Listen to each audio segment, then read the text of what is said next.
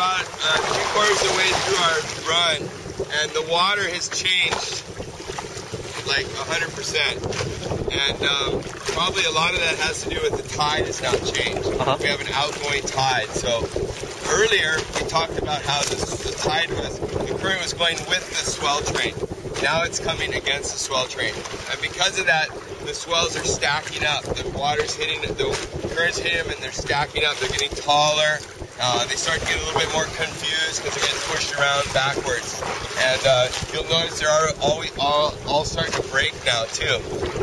And so that's a sign of a head current.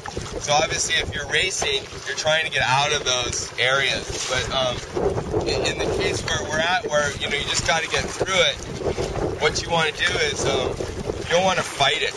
You have to relax even more when you have a head current because the bumps are steeper and you'll actually get a lot of gain out of them, but they're harder to catch because there's so much water coming up them.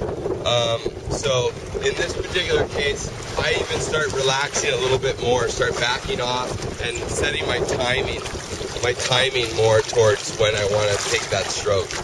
So are you catching the smaller ones trying to get into the bigger ones, or what's the plan on how to catch all this kind of choppy stuff? I just wait. I wait a lot. I wait for the one that is going to pay me money. I don't go chase stuff that I don't. And that all comes just with time, and experience, like teaching Darren here just about what to look for. It's a real rhythm game. He's a musician, so he actually gets it pretty well. Because it's like you're trying to find the rhythm of the ocean, and then when to strum the keys. So if you see stuff actually breaking on small things like this, stay away from those areas? Well, usually they're huge areas, there's no way. Yeah. I mean, you're kind of committed. Other areas you can do is you can look to get in towards the cliffs where it's shallower, because in the shallower water, the current usually doesn't push as hard because the bottom is grabbing it.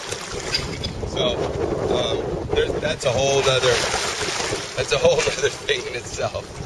And that's understanding the currents and the topography of the bottom of the ocean.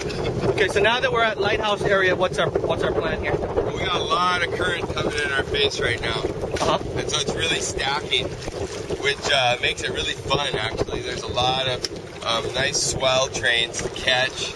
Actually, so much so that you're back on the tail block and you can actually start doing some turns and carves. It's pretty fun.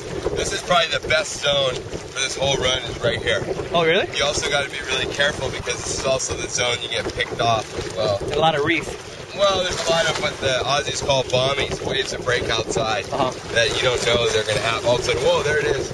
So what's the plan then normally when you pass Tongs and that area? Do you try to cut in, or you just go around the windsock? Well, I usually go around the windsock, and the reason we go around the windsock is because you mark your time. An official time is the blinky buoy, the outside pole marker to the windsock. Okay. So if you're logging your time and people are comparing times, that's your time. It's not to the beach through Tongs or whatever. It's pole to windsock. Is there any? And that's like a standard that no one's set, but we've been doing it for 20 years. Is there any technique for once the wind starts hitting your face on that side? Yeah, well, see, a rudder board, you have a little bit of an advantage because you can use the rudder to crab through that stuff. But also the boards are big too, so you have more windage on your board. Yeah. So you're having to crab the rudder even harder. If you're using a rudderless board, you don't have to worry so much about crabbing the rudder and dragging it. What you do is you get way forward on the board. And by getting way forward on the board, the sailors call it a telltale, which is it's a ribbon that always points into the wind. And so if you get forward on your board while you're paddling into a wind, wants a telltale. So what it'll do, it'll point you into the wind instead of keep pushing you away. A lot of people, when they start going into a crosswind, they move back on their board trying to turn it. Move forward on your board. Move forward and J-stroke it, and let the wind push your tail back into itself. Does that make sense? Yeah. Yeah. So when you're on a bump, stop paddling. Because what happens is I see too many times guys get bumped and then they start like, going lazy through the water, like, wow, this is fun, you know, I'm on a bump. But in actuality, the blade just doing what you're doing is causing drag. So get the blade out of the water. Let the board do what it wants to do. So don't even put it in the water at all, or little taps, or what? If you're gonna put your blade in the water, it should be quick and fast. Okay. Don't take your blade to the water and go, oh yeah, this is fun. You know, obviously, if you want to do that, that's fine. But if you're trying to talk about what is the fastest way to get. But if you're trying to slow down, like sometimes you try to slow down a little bit, right? Yeah, if I'm trying to slow down and I just put the brake on. Oh, okay. I just literally put my paddle back and I feather the brake and then I release it.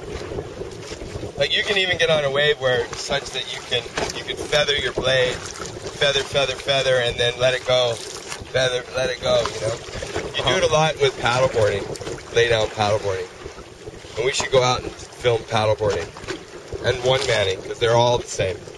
Put someone else on as the pilot. Yeah, Dude, I last 2 minutes. If you got the bumps on a one-man or paddleboard, you'll have it anywhere.